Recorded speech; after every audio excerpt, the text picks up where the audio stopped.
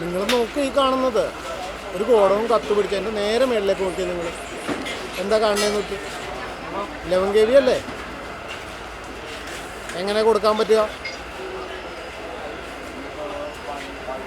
നിങ്ങൾ കണ്ടോ 11 kV അവിടെ ഇരുന്ന് 11 kV വരെ കത്തിപ്പോയി. നോക്ക്, ഒരു ഫയർഫോഴ്സ് ആ ബിൽഡിങ്ങിനകത്തോട്ട് കയറില്ല. നോക്കിക്കോ, കെട്ടിടം പണിയുമ്പോൾ പാലിക്കേണ്ട നിയമങ്ങൾ എന്തെങ്കിലും അതിനകത്ത് പാലിച്ചിട്ടുണ്ടോ നോക്ക് നിങ്ങൾ.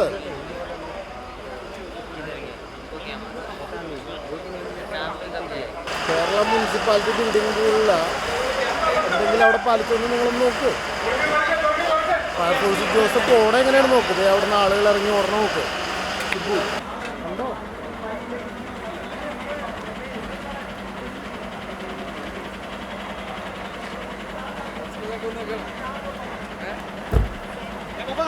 നോക്കിക്കോ,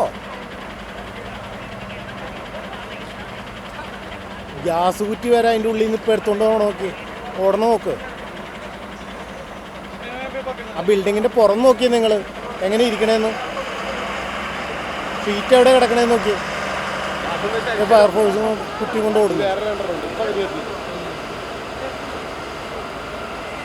നോക്ക്. എങ്ങനെയുണ്ട് ഓടവും?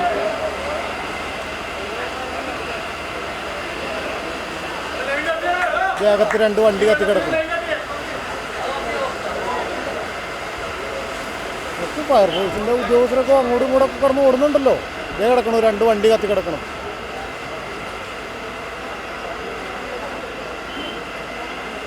ഉദ്യോഗസ്ഥന് കൊമ്പൊന്നുമില്ലല്ലോ നിയമവിരുദ്ധമായിട്ട്. കേരളത്തിലൊരു നിയമം പറയുന്നില്ലേ? ഉണ്ടോ?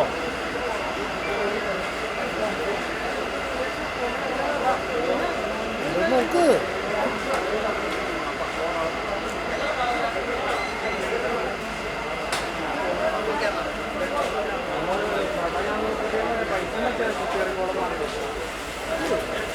ആരവിടെ തീർത്തണേന്ന് നോക്കി.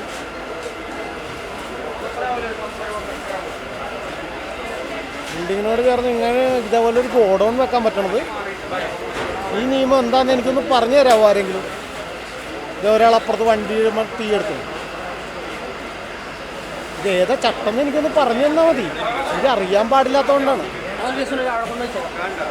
ബിൽഡിങ്ങിനോട് ചേർന്ന് ഇങ്ങനെ ഒരു ഗോഡൗൺ നിർമ്മിക്കാം, ജനവാസ മേഖലയിൽ ഇതേപോലെ ഒരു ഗോഡൗൺ നിർമ്മിക്കാമെന്ന്, അല്ലെങ്കിൽ ജനങ്ങൾ അതിന് തൊട്ട് ചേർന്ന് താമസിക്കുന്ന ജനങ്ങൾ താമസിച്ചെടുത്ത് എങ്ങനെയാണ് ഇങ്ങനെ ഒരു ഗോഡൗൺ പണിയാൻ പറ്റിയെന്ന് എനിക്കൊന്ന് പറഞ്ഞു തന്നെ. ഇതറിയണ്ടേ? അങ്ങനെയാണെങ്കിൽ കേരളത്തിലെ 365 കോടി ജനങ്ങൾക്കും ഈ പറഞ്ഞ നിയമം വെച്ച് ഇത് ചെയ്താൽ പോരെ? കണ്ടില്ലേ? നോക്ക്,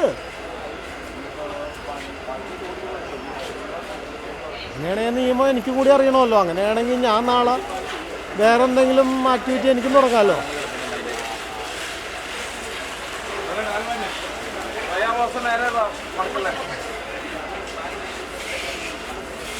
(2019) റൂള് 26(1) അല്ലേ ആ ലംഘിച്ചേക്കണത്? നോക്ക്, നിർബന്ധമായും കെട്ടിടത്തിനോട് സമീപത്ത് ചേർന്ന് നിൽക്കുന്നതിൽ നിന്നും മാന്യമായ അകലം പാലിക്കണമെന്ന് കേരള മുനിസിപ്പാലിറ്റി ബിൽഡിംഗ് റൂൾ 26(1) അല്ല ലംഘനം. നോക്കിക്കോ, എല്ലാവരും ഉപയോഗിച്ചു ടി വി മറ്റേ കണ്ടുപിടിക്കാം. അപ്പോൾ അടിക്കുമല്ല, അത് എത്ര കിലോമീറ്റർ വരുമ്പോൾ കുറേ ഒരു ചുറ്റളം വരും. ഏകദേശം ഒരു കുറച്ച് ഈ ടൗണിൽ നന്നാക്കിയാൽ മാറ്റി കൊടുത്ത് വരേണ്ടി പോകും. ഇല്ല അതിനൊന്നായിട്ട് ബന്ധമില്ല. ട്രാൻസ്ഫോമർ ഉപയോഗിച്ചേക്കാം. ഇതിപ്പോഴേ ഒരു സബ്സ്റ്റേഷൻ ട്രിപ്പ് ആവല്ലേ അല്ലേക്കാ. ഇതിപ്പോൾ ഈ ലൈനിൻ്റെ മേളിൽ താഴത്തല്ലേ ഗോഡൗൺ വെച്ചേക്കുന്നത്? മരങ്ങളായിട്ടിരിക്കണല്ലോ, എല്ലാവർക്കും ഉണ്ടല്ലോ ഇവിടെ. അത് റോഡ് മുങ്ങിയത് ആരോ ഷാജിയെ അതെവിടെ ബിൽഡിംഗ് ഉണ്ടായിരുന്നു. അവിടെ ബിൽഡിംഗ് ഉണ്ടായിരുന്നു ആ കമ്പനിയിൽ. അങ്ങനെ കറക്റ്റായിട്ട് എനിക്ക് തോന്നേട്ടാ പറഞ്ഞേക്കട്ടാ. അല്ലാന്ന് ഈ റോഡ് കണ്ട ഓരോ ദിവസം റോഡ് പൊങ്ങിക്കൊണ്ടിരിക്കണം. ഡയറക്റ്റ് കണ്ടല്ലേ പൊങ്ങിയുള്ളൂ. അല്ല ഒന്ന് ഡയറക്റ്റ് പൊങ്ങോ, പോസ്റ്റ് പൊക്കേണ്ടി വരും. KCB ഇടക്കിടക്ക് അപ്പോൾ പോസ്റ്റ് മാറ്റിക്കൊണ്ടിരിക്കണം ഡയറക്റ്റാ. റോഡ് പൊങ്ങിയപ്പോൾ കട്ട തിരിച്ച പ്രശ്നമായി. ഇപ്പോൾ വീട് പണിയാനായിട്ട് അപേക്ഷ വെച്ച് കഴിഞ്ഞാൽ അപ്പം തന്നെ ഇവർ വന്നിട്ട് പറയുമല്ലോ, KCB വന്നിട്ട് പറയുമല്ലോ, മുനിസിപ്പാലിറ്റി വന്നിട്ട് പറയുമല്ലോ, ഇതിൻ്റെ അടിയിൽ നിന്ന് മേടിക്കണമെങ്കിൽ മറ്റേ ഇവിടുന്ന് KCB NOC മേടിച്ചുകൊണ്ടിരാൻ പറയുമല്ലോ. ടവറിൻ്റെ അടിയിൽ വയ്ക്കണ NOC വേണം. ഇത് പിന്നെ ടവറിൻ്റെ അടിയിലല്ലേ ഗോഡൗൺ? എത്ര ടവർ വന്നതിന് ഇത് പാടമല്ലായിരുന്നാ? ഈ കമ്പനി വന്നാ ടവറിന് വന്നതിന് ശേഷം വന്നതാണ്. ഇപ്പൊ കുഴിയിലായിരുന്നു, ഇപ്പൊ പൊങ്ങിയില്ലേ? അത് പൊങ്ങി. ഇത് ഈ പോസ്റ്റ് പൊക്കം നോക്ക്, 9 മീറ്റർ പോസ്റ്റ് ഇട്ട് നോക്ക്, അളന്ന് തരുമോ? അളന്ന് എത്ര മീറ്റർ കാണിച്ചു തരുമോ? കട്ട വിരിച്ച് പൊക്കിയാണണ്ട ഇടയാറൊക്കെ പോസ്റ്റ് പൊക്കിക്കൊണ്ടിരിക്കണത്. ചെന്ന് നോക്ക്, ഇപ്പൊ ചെന്ന് നോക്ക്, അവിടെ സ്റ്റേ ചെയ്ത് ഇല്ലാന്ന് എല്ലാം. നമസ്കാരം, ഞാൻ ബോസ്കോ കളമശ്ശേരി. എൻ്റെ ഈ പുറകിൽ കാണുന്നതാണ് എൻ്റെ വീട്.